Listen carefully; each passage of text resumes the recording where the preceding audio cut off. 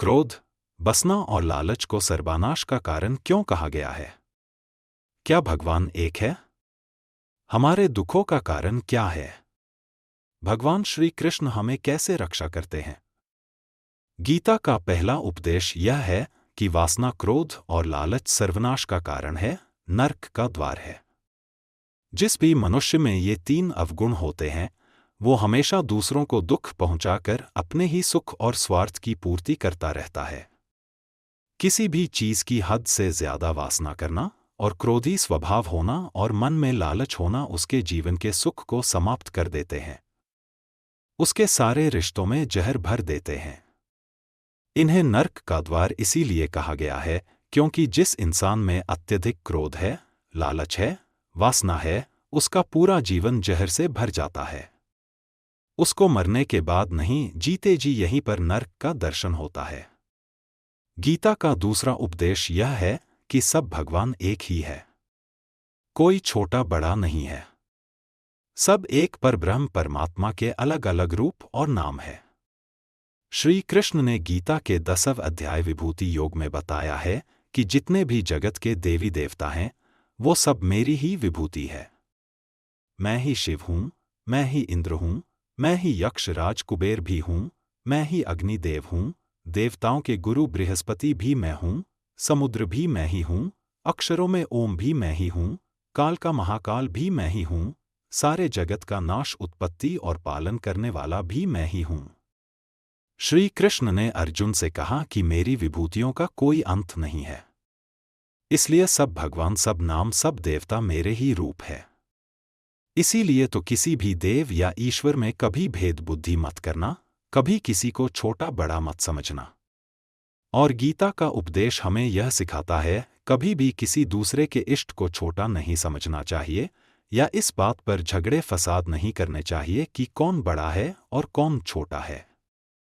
गीता का तीसरा उपदेश यह है, सुख की इच्छा ही आखिर में हमारे दुखों का कारण बन जाते हैं। श्री कृष्ण ने अर्जुन से कहा कि मनुष्य जितना सुखों की लालसा और इच्छा करता है, उतना ही उसकी इंद्रियां सुख भोग में आसक्त हो जाती है, उतना ही इंसान का मन संसार के सुख और आकर्षण का गुलाम बन जाता है। और जितना सुख के पीछे भागेगा, उतना ही उसे दुख के अनुभव से भी गुजरना पड़ेगा। क्योंकि यह संसार का नियम ही है, जो चीजें शुरू में मन को बहुत आकर्षित करती हैं, बाद में बहुत दुख देती हैं। और जो चीजें शुरू में मुश्किल लगती हैं, कठिन लगती हैं, बाद में हमें बहुत काम आती हैं। गीता का चौथा उपदेश यह है, जो भी मनुष्य दुनिया के सारे सहारे छोड़कर सिर्फ भगवान को ही अपना सहारा मान लेता है, उसकी हर जरूरत वह ईश्वर पूरी करता है, उसकी हर प्रकार से रक्षा वो परमात्मा ही करता है। जो भी व्यक्ति मुझे ही अपना सहारा मानता है, उसका योगक्षेम मैं वहन करता हूँ। योगक्षेमम वहाँ हम अर्थात जो चीज नहीं मिली है, उसकी प्राप्ति कराना उसका नाम योग है, और जो चीज जीवन में मिली हुई है, उसकी रक्षा करना उसका नाम क्षेम है। तो श्री कृष्ण कहते हैं, जो मुझ पर डिपेंड हो जाते हैं, उनको जो चाहिए वो मैं जरूर देता हूं और उनकी हर प्रकार से मैं रक्षा भी करता हूं। गीता का पांचवा उपदेश यह है कि इस संसार में हमारा कुछ भी नहीं है। गीता सार में आपने कई बार सुना होगा कि तुम्हारा क्या गया जो तुम रोते हो, तुम क्या लाए थे जो तुमने खो दिया, तुमने क्या पैदा किया जो नष्ट हो गया, तुमने जो लिया यहीं से लिया, जो कुछ भी दिया यहीं पर दिया। जो आज तुम्हारा है कल किसी और का होगा, क्योंकि परिवर्तन इस संसार का नियम है। कल तक जिसके बिना आप जी नहीं सकते थे, आज उनसे कोई रिश्ता ही नहीं है, बातचीत तक नहीं है। कहाँ गए वह जीवन भर के सारे रिश्ते, वो सारे मित्र जो साथ जीने मरने की बातें करते थे? आज पता भी नहीं कि वह लोग कहाँ चले गए।